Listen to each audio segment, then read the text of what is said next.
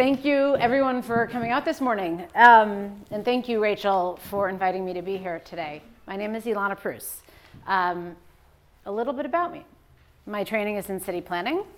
I became a city planner, and then I realized that many people in my field had never talked about what jobs are, what kind of jobs we need to have, and how we talk to people in plain English. So I spent a lot of my career working with planners and then working with different communities all over the country. And the work that I did with communities all over the country was really specifically to figure out what is the puzzle of that place to be a great place for the people who live there. And the work that I've done over the last 20 years is really all focused on that. It's the who needs to be at the table, how do we make something happen? Because at the end of the day, to me, and it's wonderful to be in a space like this, it is all about action. It's about what are we making happen in our community the next day, the next month, and yes, in the next few years. But we need to start looking at how we're acting today and what we're doing.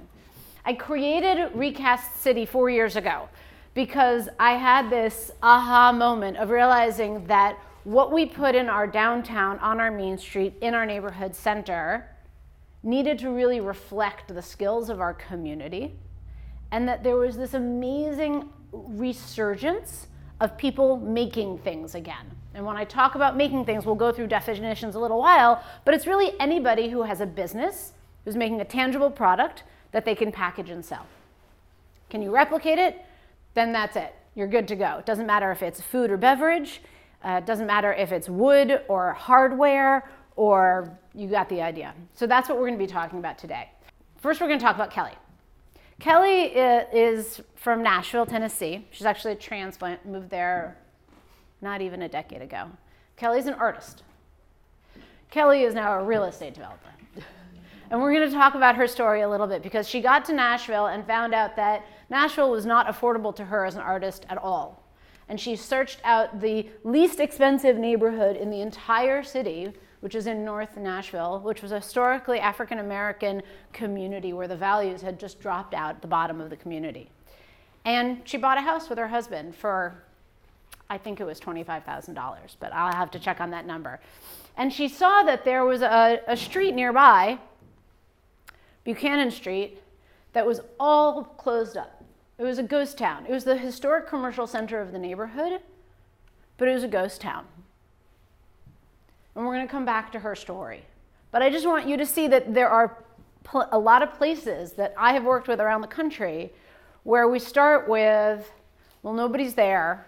We're not sure people want to be there. We don't know what to do with this place. But we need to do something now. It really brings up the question of really what are the challenges we're facing? Because Reading is facing some, every community is facing some kind of challenges, and they really start piling up in a certain direction to me. So one of the first challenges we have is that over the last 20 years, over the last 50 years, we've really spread retail like peanut butter, right? We've said, yes, retail, good, it brings us tax base, we're going to put it everywhere. We put it in the malls, we put it out on the highway, and we obviously also gutted our downtowns this way.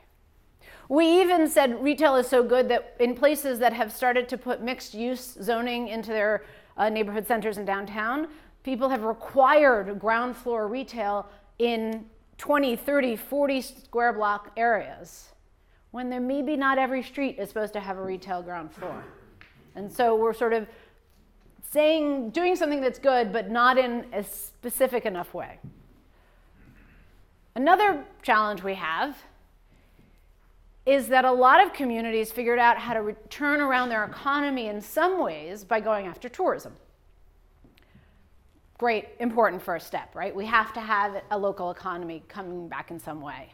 But the reality of the tourism economy is that most of the jobs are very low wage jobs. And so we end up with a very significant poverty issue in a community that is mostly focused on the tourism industry. We're not getting enough good paying jobs. We often have youth leaving those towns because there isn't enough opportunity for them. We also have this very long history of one size fits all. This isn't from here, but I'm sure it looks like some road you have here, right? We've done a lot to make every place look like everywhere else and not in a way that you want. And then we have this really interesting thing called technology, where we have market changes happening in retail, in office, in all of these different parts of how we use our space and how we conduct our business, changing faster than anyone knows what to do with, right? It's not just co-work in some communities that's sucking up all of the need for office space, and it's not just that we're starting to see more and more communities, sort of businesses want to do a lot of different things in their space, many very similar to this building. This image is actually a picture of Nike 3D printing the base of a shoe, because they have figured out that one of the things they can do is 3D print your shoe for you in the store. So if we're starting to look at retail shops that are doing 3D printing of the product that you walk out in, is that manufacturing? Is that retail? Is that experiential retail? What is that? And that is not how most of our places are zoned, for those of you who speak zoning. And so we have, in every community I've done work, the real estate developers that we interview say, well, the market is changing so fast, we actually have to leave ourselves incredibly flexible now because there's no way we can anticipate what's coming next. And the other big challenge is that people and businesses are picking, when they're deciding to move, they're picking a place first and then figuring out what they're going to do, right? And in many cases, people who are from a community may not feel like that place is for them because of the tourism. I've spoken to countless communities where they feel like what is the tourist downtown isn't their downtown. There's no place for them to gather. And we know that there's this great research called Soul of the Community. If any of you have ever seen it, it's looking at small and mid-sized cities. And it asks people over a series of years, why do you stay there? It wasn't job, it wasn't economic growth. There were three factors. One is that there are places to gather, which you guys are obviously working on here. The second one is they felt included. There was an inclusive sense that they really belonged. And the third was some aesthetic beauty to the place, the building, the natural environment. So you guys are doing pretty well on those. But we know that those are really key and continue to be really key in terms of attracting new population to a community and retaining younger people in a community. So the challenge is that the communities that aren't starting to figure this out are getting left behind, right? We know that we have cities and towns all over the country that are losing population or are not growing very fast, where they're not figuring out how to attract businesses, and they're not seeing new business creation or much business growth from the people in the community. And there are really four things that it really all boils down to. And to me, this is all about how we connect place and economic development, because they have to go hand in hand for this to work. So there's four things. They're really not that complicated, but important for us to talk about. A community needs to increase the diversity of tenant types. And when I talk about tenant types, I mean downtown shouldn't just be retail. Is there housing? Are there offices? Is there small-scale manufacturing, right? How are we having more different types of users in one space? We need to find new users for the older buildings. The older buildings are really, in many cases, inexpensive. Yes, rehab might be expensive, but new construction is rather expensive right now in most parts of the country. So the first way in is often new users for the old buildings. We need to bring people out. And a space like this is a really key piece of that, where it has concerts and events and programming. But we need to find more ways to bring our community out and together so that people know that they are part of a community. People are craving it. And it actually starts building its own economic development machine out of just bringing people together in a place. And we need to grow our own local businesses. And we need to think about where they are in our community, and we need to focus on the businesses that can create good paying jobs. Now I want to qualify the good paying jobs sentence for just a second. There are a lot of communities in the country that are saying, well, the only thing that we look at as good paying jobs that we're going to provide an economic development incentives for are the high-end tech, over $150,000 jobs that somebody might bring to our community. And they're providing incentives out the wazoo to figure out how to bring those jobs to town. And when you look at our communities, there's this huge range of job and salary opportunity in middle-income jobs that will allow people to afford their homes, send their kids to college if they choose, and also create work opportunity for people who may not have a college or an advanced degree. And so we have to look at good-paying jobs to make sure we're including everybody in our community.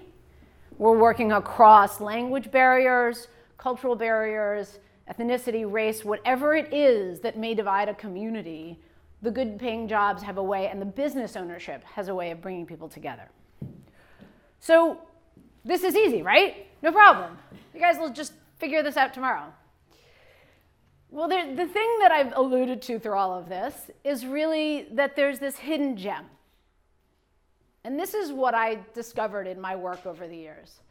There's this hidden gem called small-scale manufacturing.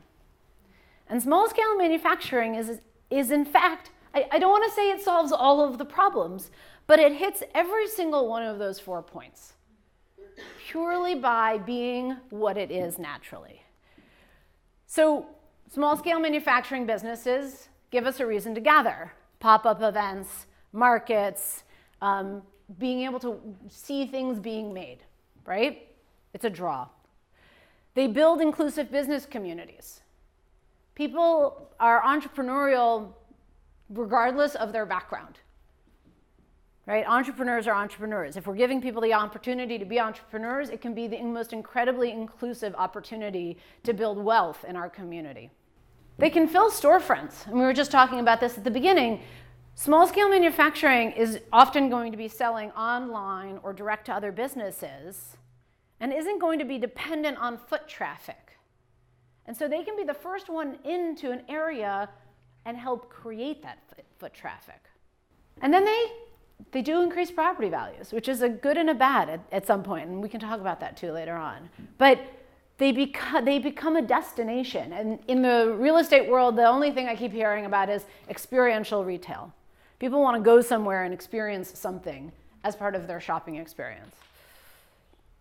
That's what small-scale manufacturing is, right? You go into a shop, if this space was somebody's store where they produced leather handbags, you would walk in, you'd see the showroom in the front, and you would probably see their workspace open in the back. Some of you may have businesses set up like this right now, right? That is an experience, being able to go in and see things being made. And then you have an opportunity to attract other business owners. Right? The community begets community. The more that we identify and bring together the small-scale manufacturing business owners through networking, through programming, through being in a similar location or proximate to each other, the more they attract other people to that place. And it becomes known for that. So who are these businesses? I defined it a little bit at the beginning, but I want to talk about it just a little bit more to make sure that we're all very clear about this. There are a lot of different kinds of businesses and spaces, and I know you have some of them here. I think you have many of them here already in town. One is a shared kitchen or a shared workshop for wood. It's sector-specific or material-specific, and it's only open to small businesses. So shared commercial kitchens provide health department stamped commercial kitchen space for rent. Sometimes by the hour, sometimes on a membership basis. There are different business models around it. But it means that a food or beverage producer does not have to pay to outfit their own commercial kitchen space. And it's a really great way for a business to start and scale without having to invest and put themselves at high risk of that capital investment. I've seen this in wood shops in Indianapolis. A gentleman had all of his wood tools in his garage, of course. Got a space that was about 2,000 square feet that he leased from the local community development corporation, put all of his tools in it, and then subleased little corners of the space to other wood product small businesses to use his tools. covered his lease cost completely. So all of a sudden, this guy is at almost no risk to have his business in this space. And he just did that on his own. He had, 4 little subtenants. So this is one kind of business. Then we have artisan or maker industry businesses. These are generally 1 to 5 employee businesses. Some of them might be part-time going to full-time. Some of them are already full-time. And they make things mostly by hand or with smaller tools. Sometimes these people, this is Katie Stack, she makes bags and belts and beautiful things. Sometimes these people are actively growing. Sometimes these are people who want to stay at 1 or 2 or 3 employees. They're great neighbors because they're making things by hand, which everybody always wants to see. They can fill micro retail spaces. Katie used to be in 450 square feet. She's just grown to 700 square feet and now has 4 employees. So this could be a really key part of good paying jobs in our community that are never going to go anywhere. Then there are folks that are scaling, prototyping hardware, doing the small batch production for as a contract manufacturer. There's a 20-person t-shirt business that I met in North Carolina. He used to be at one of the managers, I think, at one of the really large textile companies that ended up moving out of North Carolina overseas. And he, over the years, opened his own 20-person t-shirt production space. Contract manufacturing from all over the country, and they make t-shirts. And so what we find, especially in contract manufacturing, is that there's this super specialization going on, where you have these small businesses all over the country that have really specific things that they can create, and they can stay in their communities because of this wonderful thing called the internet and shipping and stuff like that. And then we have folks at scale that fit into neighborhoods because of the scale of an existing building. This building is large. It's 120,000 square feet. It's not a small space. This is in Cincinnati, but they're a brewery, and they moved into the old brewery building, an old brewery building in this brewery district in Cincinnati. And when they started growing, they actually moved a lot of their production into a second building because they wanted to leave 75% of their space in this building is for the community to gather. So ping pong in the picture, when I was there, it was wiffle ball day. I mean, they just throw up this huge net in front of the brewery containers. And there are tech events and all sorts of community events in this space because they knew they wanted a place for people to gather. And it's because it's in one of the existing buildings, it's part of the fabric of the neighborhood. And then there's makerspace, which I know we have a couple represented here today. Makerspaces, for those who may not be familiar with that, is like a gym membership with access to great tools. So it might be something that covers wood and metal and 3D printing and laser cutting and CNC routers, or it might cover a subset of that, but it's open to the public. And people can take classes. People can have membership. Sometimes small businesses are really grown out of these spaces. Sometimes it's more focused on people through education and outreach or hobbyists. And it really depends on the goal of that makerspace. But it is an important part of this continuum because we want to continue to expose people to what it means to have the opportunity to make things, just as a creative outlet, but also as a business opportunity.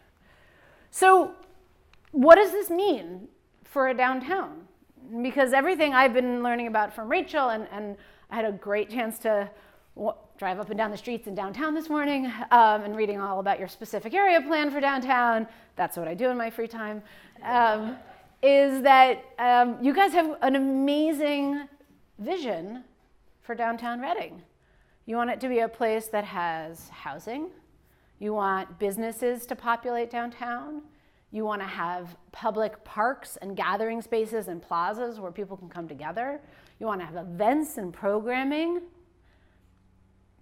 Sounds pretty awesome, I have to say. And I applaud your vision for the downtown. And what I hope you understand already, and I'm about to hit you over the head with this again, is that small scale manufacturing really is one of the key steps to getting there. Especially at the stage that you are, where you have some momentum, you have some projects going, and you're working on piecing it all together. right? How does it start building its own momentum and its own movement? So we'll go back to Buchanan Street in North Nashville, Tennessee. So Kelly moved to the neighborhood, she bought a house, so she started talking to the neighbors, who I think had been pretty neglected as a neighborhood and as individuals for a very long time, and said, well, what do you want to see here? What should we do together? And she started buying up some of the older buildings along this strip, and she reached out to people who had grown up in the neighborhood but who owned businesses in other parts of the community and said, will you bring your business back to the neighborhood? And they said, no chance. It's not safe, it's not us, it's not where we're going to be. So she reached out to her community of artists and artisans and said, hey, I'm renovating these buildings. I'm providing low-cost space. I want to make sure that this community, this area is of the community by the community, but I also need first people in. And people started moving. And part of it's based on her personal relationships, right? Part of it's based on the fact that she was going in and taking the risk to renovate the space. But she also, oh, there she is again. She also worked with individuals in the neighborhood who wanted to open businesses and help be a connector for them to open their own shops, restaurants, storefronts. So she started doing that 4 years ago. These are the latest headlines. All of a sudden, it's an arts district. Right, so you remember where I said it increases property values? And this is the slippery slope, right? So when we go and we invest in an area, we want to attract more investment. That's exactly why we're doing this. But we also need to think about what it looks like to be wildly successful, because we want to make sure that we're planning in from the beginning to make sure that there is space for the businesses in the neighborhood, the individuals who have businesses who are not going to be able to afford prime market retail costs. I found these and I was just floored because I talked to Kelly when she was first buying properties and I interviewed her for my research. And I'm just amazed at how much it's changed. And that, I'm talking about 4 years ago she bought the first property. It's that fast. And what'd she do? Did she owns a number of those spaces. She has a number of tenants in them. There are developers from all over the region buying up property, doing the mixed use. The mixed use building isn't hers. But she brought in individuals.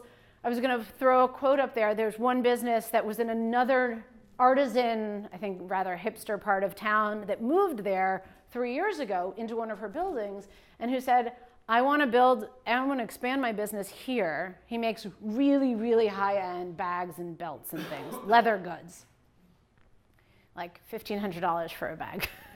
And he said, I want to move here because I want to grow my business here, provide jobs to the neighborhood, and I want to be part of starting something new. Right? That people believe in a place, and it's just an amazing opportunity for people to be a part of something. And yes, you have to think about how are you going to retain some of the space to be affordable to neighborhood businesses, right? And this is, I'm from Washington, D.C. This is a huge problem we've seen in Washington, D.C. You have local businesses that get displaced out of neighborhoods as the prices go up. And so one of the things I encourage every community to think about from a policy perspective is, well, what are you willing to do? Think about that from the very beginning and bake that into your plans. So this is happening all over the country. So I just want to be clear about that. This is from DC. There is a Zeke's coffee roasting, right? It's production as long as you're packaging it up and selling it. They have a coffee shop in the front. They have a roaster in the back. They roast all of their wholesale for DC comes out of this shop, gets packaged up, goes out the back of the store, gets distributed all over the DC area. That is a mix of small-scale manufacturing and retail in a storefront on a main street. Main Street, see? This one is in Indianapolis. This is an old industrial building. It's huge. It's 100 and something thousand square feet. And the city actually provided a grant to the real estate developer to partner with a community development corporation to rehab this building and start dividing it up for small producers, not to have storefronts, just to have production space. And now they've added a brewery into this space, they're gonna add co-working into this space, and it's all right next to this neighborhood, a residential neighborhood. This is across the street. Those are the two sides of the street. That's one side and that's the other. And the reason the city selected this property for investment is because it had been vacant. And the vacancy of this huge industrial building was starting to impact the property values of the housing across the street, right? Depress their property values. And so by investing in it, they're actually starting to employ some of the people from this neighborhood and certainly not depressing the property values anymore. It happens in tiny towns. This is Vassar, Michigan, population of about 1,500 people. They have a 4-block Main Street. They asked me to come to town because they knew, the city manager knew that this was part of what they wanted to create in their downtown because their little Main Street had vacancies. And one of the amazing things is that there were tons of people in this small town that were making things in their homes. And they just needed to find a way to help bring them out onto Main Street. And then Grants Pass, Oregon, also larger downtown, rural city in a center of a rural area, smaller than you guys. They're only about 35,000 people. But also recognize that producers could have this great impact on reinvestment in downtown. So, and then there's Knoxville. Knoxville is a really interesting example for tons of tools. They started by getting the buy-in of the mayor. The mayor was convinced to create a mayor's maker council so that they meet every 2 months. These people are appointed by the mayor, represents the diversity of business owners in the community. Every year they now create the Maker City Summit that brings the entire sector together for a day of, it's actually training, all sorts of courses. Etsy sponsors it. So they've done a ton. If you look at the Maker City website from Knoxville, it showcases tons of the products made in the city, and they really have gone after this. So here's my story, right? Production in the city. It helps our neighborhoods and it helps our local economy. And so that's why I do this. What we've done is create a toolbox. Because, as you can probably tell at this point, there's a lot of pieces. It's sort of like an octopus to get all of these pieces pointing in the same direction, but it really comes down to 4 main actions. We need to interview people, understand the assets, customize tools for a community, and then act. And act is the 4th step. It is not the after step. Because if we don't act, we've failed.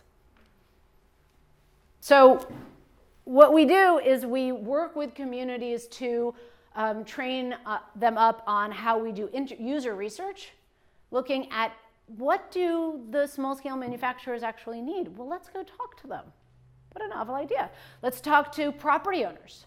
Let's talk to local small developers and figure out exactly how we collect information to understand what are those gaps, what needs to happen, what are the most important problems we need to solve in the short term to create a great place with small-scale manufacturing that thrives.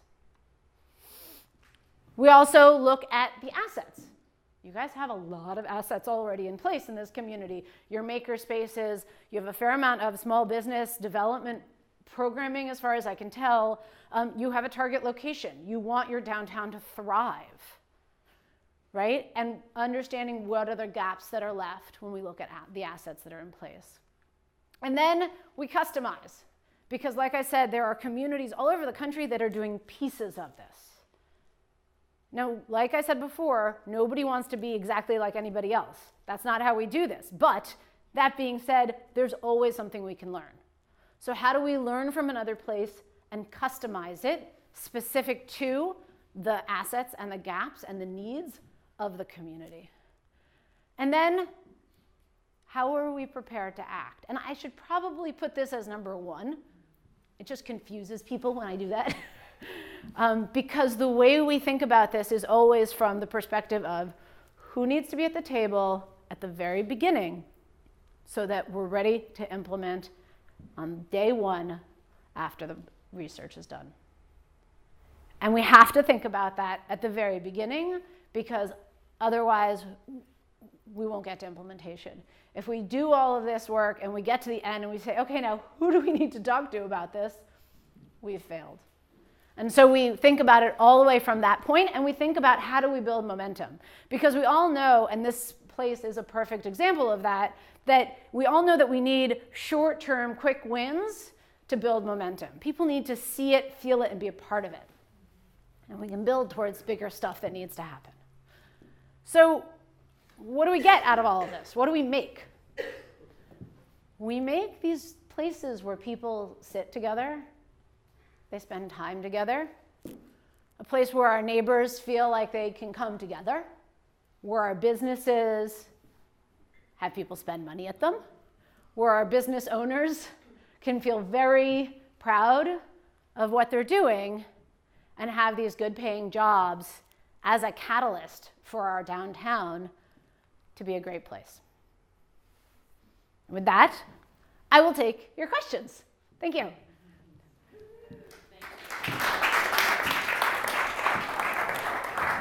Okay, so does anybody have any questions about what I shared? Please. Who? Kevin Garvey, with a technology business down the street, we make test equipment for lasers downtown Reading. On average, what sort of, timelines have you seen in terms of seeing the fruits of your efforts with these communities? I know you said that the one in Nashville was 4 years for her-ish, so is that pretty standard, quicker, longer? There's nothing standard, right? To some degree, it will depend on how much momentum or how much growth is already happening in a community. So another community that I spoke to last week, they've grown by 25% in population over the last 10 years. They're probably going to see things happen faster just because of the growth that's going on. That being said, we've seen something happen in a matter of a very short amount of time when there are available buildings that folks can move into. When you start doing really public exposure for it, people are hungry to be involved in stuff right now, right? I don't have to tell you guys that, you're here. But I think that people mostly just want to know that they have a role and that they're needed and that they're loved for what they do. And it really does bring people together. And it takes real community outreach, right? Like door to door, going into people's businesses, finding out what they need. But we see the impacts of it sometimes really quickly. That being said, the project I did in Cincinnati 4 years ago, they're just now starting to get the funding together for their goal was to create a shared building for small scale manufacturers. So some of these things have much longer tails to them as well. Thank you. Other questions? Please. My name is Christine. I make some leather goods out of office down the street. I love when you're talking about creating momentum with quick wins. Can you talk to us about what that looks like, the quick wins? Yes, but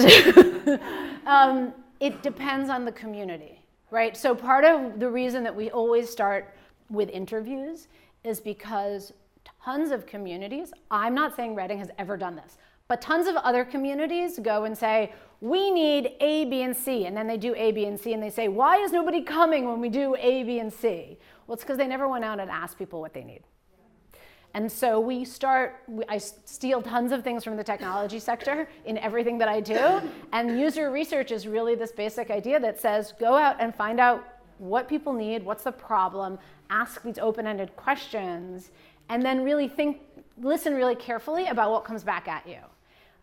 Quick wins in some communities are just creating a new event, right, that brings together producers. It might be adding producers onto a farmer's market that's already going on. It might be a branding effort. It might be a partnership with the tourism board. It could be 10 people sitting around a table having a beer, right? Like, it really depends on the community. We did a project in Youngstown, Ohio.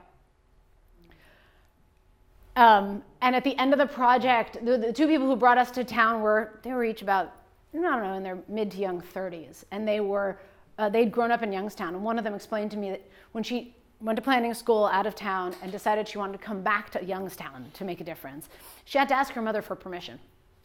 Because the whole intent was that you will go to school and you will not come back. You will do something better. Right? And that crushed my soul when I heard that. And at the end of the trip, we realized that all of the people who believed in Youngstown and its future were under the age of 40. Because they hadn't been burnt. They didn't go through the trauma of the complete demise of their economy. And I said to them, you know what? Start having a beer with 10 people who are from across the racial divide that is Youngstown. Just find your 10 people and sit down and start building your relationships. Because they really needed to start from scratch in that way because of the history that they were coming out of.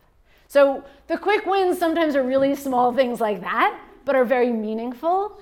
And sometimes it's a vacant building that all of a sudden can become all these different things.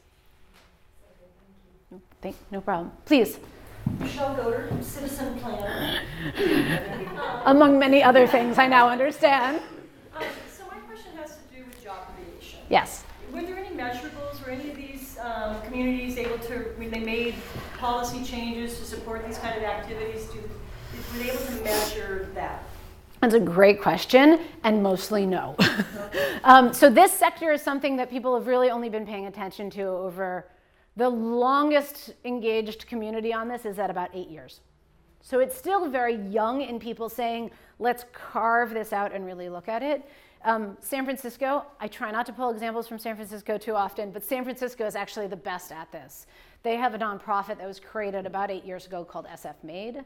SF Made does a survey every 2 years, I think, of this sector to be able to say, how many businesses do we have? What's the job growth? Where are they going? What are their barriers? And they're actually doing it on a regional scale now with the 5 surrounding jurisdictions to really get at the quantifying those numbers. It's a great set of reports that you can look at. And it really does show that there are much better paying jobs coming out of this and the sector is growing. There is also a national nonprofit called Urban Manufacturing Alliance that this past year has done a survey in, I think, 5 different communities where they drilled down very deeply. I don't know if they covered employment, though, in that. They covered more about the barriers that the business community is facing. But I agree that the metrics are really important, right? Everything that we do in economic development or any investment we make in a community, we need to know what is our return on our investment. So I would definitely encourage the community to look at that. One of the interesting things that San Francisco did is they changed their zoning. Pardon me to talk about zoning, it is one of my natural languages. They changed their zoning a couple of years ago to allow industrial properties in target areas that were being underused, mostly vacant.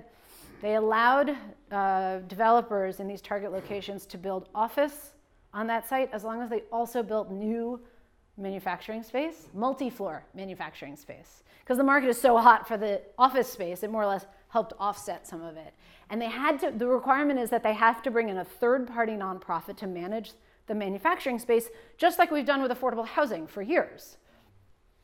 And the manager of that space has to report into the city every year who are the businesses, how many employees they have. And so they're really trying to bake in some of that metric work into that. And the first buildings are just coming on the market now from that. Please. Robin, Recast Land. So you mentioned in the toolbox that Recast City offers is sort of a plan, an organizational plan. Is there any tips or tricks, tools in there for incorporating this kind of maker movement and manufacturing movement within like the city of Reading or this county school system, kind of to get that part of this on board with making? From an education perspective, I love maker fairs. I went to the World Maker Faire in New York this past year and gave a talk. It was one of the most exciting parts of my year. And I don't do that. Education, there are a ton of people, and I'm happy to point you in the direction of them. There are a ton of people who are really mastering that piece of the maker movement. Is all about how do we make every person in the world know that they can make stuff, and give people access to the training or the classes they would want to be a part of that. Maker fairs are a part of that. I love the maker movement, but there are so many people who are working on that. I have a tendency to go find topics that nobody else is working on, and I like figuring them out, but I'm happy to connect you up with folks. There are a lot of people working on curriculum, which I think is really important. There's one school system, it's a fairly rural area in Virginia, Albemarle County, Virginia. The woman who's the superintendent there 4 or 5 years ago decided that every school needed to have a makerspace. She started with the high schools and worked backwards, and now they're doing additive manufacturing training at the middle schools. Like they're really going for it. So I would look at that school system as a good model. Please. Hi, my name is Jonathan. I'm a community organizer for the county and also do a lot of work with our Native community as well. You touched on thinking about ways not to displace local people. Yes. In the development of an area, and you alluded to come up with some ideas as you are initiating this. Do you have any good templates or good ideas, or that we can start really digesting? Like, what does that look like? How do we create a community without displacing the people who are from there? It is, to me, a top priority. It needs to be baked in from the beginning, and I still think it's important to figure out. You have to define the problem first. So where are those businesses owned? Who owns that property? What's slated for development in that area? What's the zoning? I think you have to answer all of those questions first. There's a ton of different ways of going about it. There's policy and zoning and monetary incentives. There's land trusts. There's actual property ownership directly. There's a ton of different ways of doing it, but it will still completely depend on what those problems are. What are the assets that are already in place? Because I really believe you have to build on what you already have. Some of the questions that I would ask are any of those businesses established enough that they could buy their own property, right? So there's a lot of questions that I would ask before being able to answer that question. But there are a number of places that are really trying to figure this out. And commercial displacement to me is for communities that have really strong redevelopment going on. Commercial displacement to me is the number one problem, because you're removing the opportunity for people to be a part of this new investment in an area, right? The investment isn't the problem, the displacement is the problem. And so how do we make sure that everybody's actually a part of that rise? But there are a lot of great solutions. One place that's done a really interesting thing with it is Pittsburgh. They have an urban renewal authority, and it has an access to capital initiative with it. And what they've done in partnership with the different Main Street programs in the Pittsburgh area is they've worked to identify businesses that actually are stable enough that they could become property owners. And so they help them become property owners in areas before they turn hot. And then they can decide what they do with their equity, right? It's not that it's not a control on their use of the land afterwards. They can stay there, they can sell the equity and put it into their family and their business, right? That's what we used to do historically. So I think their initiative is really interesting. It takes a lot of different steps in their process to make it happen, and that's not gonna work in every community, but there are a lot of different ways of getting there. And I think it's really important to figure out at the beginning, what is the appetite for that? And what are the political wins around different incentives? And that's part of what we need to figure out at the beginning. Can I add a part B to that? Yeah. So I appreciate the policy and that direction too. How about culture? I think that sometimes we have a culture of always trying to invite new investment into our community. Mm-hmm. How do we address that while we're also valuing what's here and trying to help, cultivate that? Absolutely, and that's why I say we start with the existing business owners, because the first question I always ask is, what can we do to help them continue to be a business and be more successful. If they want to grow, how do we help them grow? It's all about, it always starts from their position and who's there now. It's not, I'm not about chasing the next, cool thing that somebody is making in another city and trying to bring them to town. I completely believe in growing your own local business community. So I appreciate you pointing out that cultural difference of, is it about pulling in new businesses and new money, or is it about how do we value what's there? And that's why I call them our hidden gems, because they're there. And that was the Pittsburgh what authority? It's the Pittsburgh Urban Redevelopment Authority, and it's their Access to Capital program. I had nothing to do with creating it, I just am a big fan of it. I'm a fan of policies and programs. That's sort of the nerdy thing I do. Please. Ellen, I'm a local developer here in town. As you mentioned you drove around our downtown this morning. Yes. What was coming to your mind as you started seeing our downtown, some of the visions that maybe you've seen implemented in other towns that became top of mind for you? So you have a grid of streets. That's awesome. Keep that. You have a lot of one-way streets. They should all be two-way streets. I'm sure that's been a political conversation. I'm not going to wade into that one more. I used to do housing and transportation, so there's a lot of other topics I can talk about. Your historic buildings that are left are gems. They're beautiful. Some of the newer stuff looks totally fine. That's great. And you mostly have developable property. I mean, every parking lot to me is a developable property. So I see amazing opportunity. You're in a gorgeous area. I actually went across, I don't know which way I'm facing, I think it's that way, across the railroad tracks, where there's a lot more warehouse kind of buildings, which I love. I have a tendency to drive by warehousing going like this, which I was the slow car sort of weaving in and out of the parking lane this morning. I think that there's, I think the downtown has amazing opportunity because it already has, you're already doing a lot of the pieces.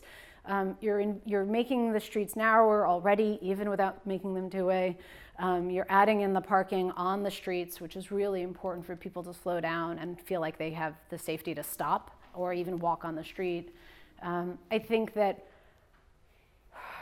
based on what I read in the specific area plan, there's this goal of having a fairly vertical development in downtown, which may or may not pencil at all right now, which is a challenge. And so my question would be, what are some low-cost catalytic projects that could happen in downtown to start creating a there?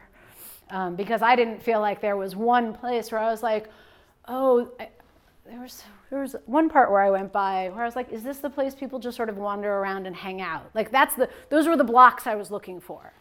Right? And there are plenty of cities that started with one block like that, and then it sort of grew like that. So that's where I would focus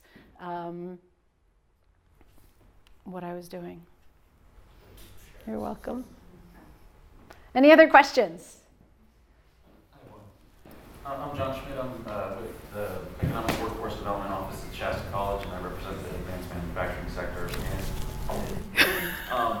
Just recently learning about opportunity zones and the 8,700 that were created across the country. Yes. I understand Reading's downtown is classified in that. So does the toolkit kind of national, regional, and local policies that they can to help leverage and give a resource to jumpstarting certain projects and ideas? Yes, if that's what it needs. I mean, it's all specific to those gaps. So opportunity zones, for those of you who may not be familiar with them, they were in the new tax code.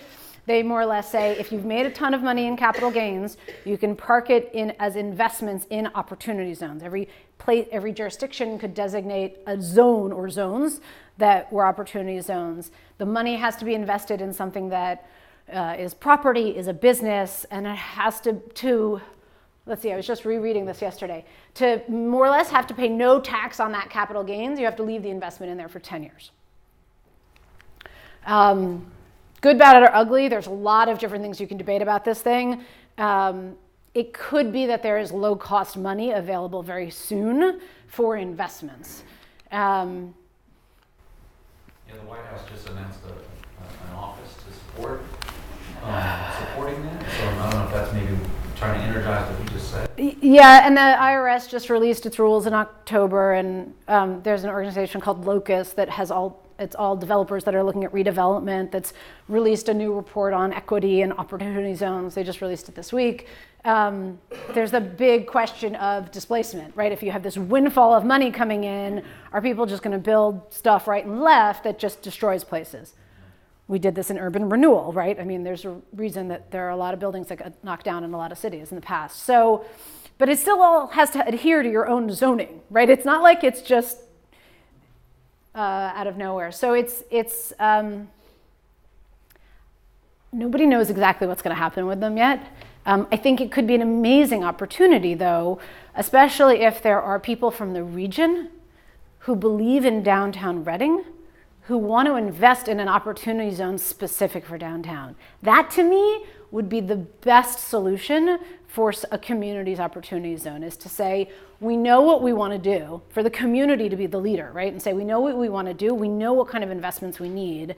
Let's go get the capital gains from the region to invest in it. You know, they can still get a return on the investment, but a smaller one.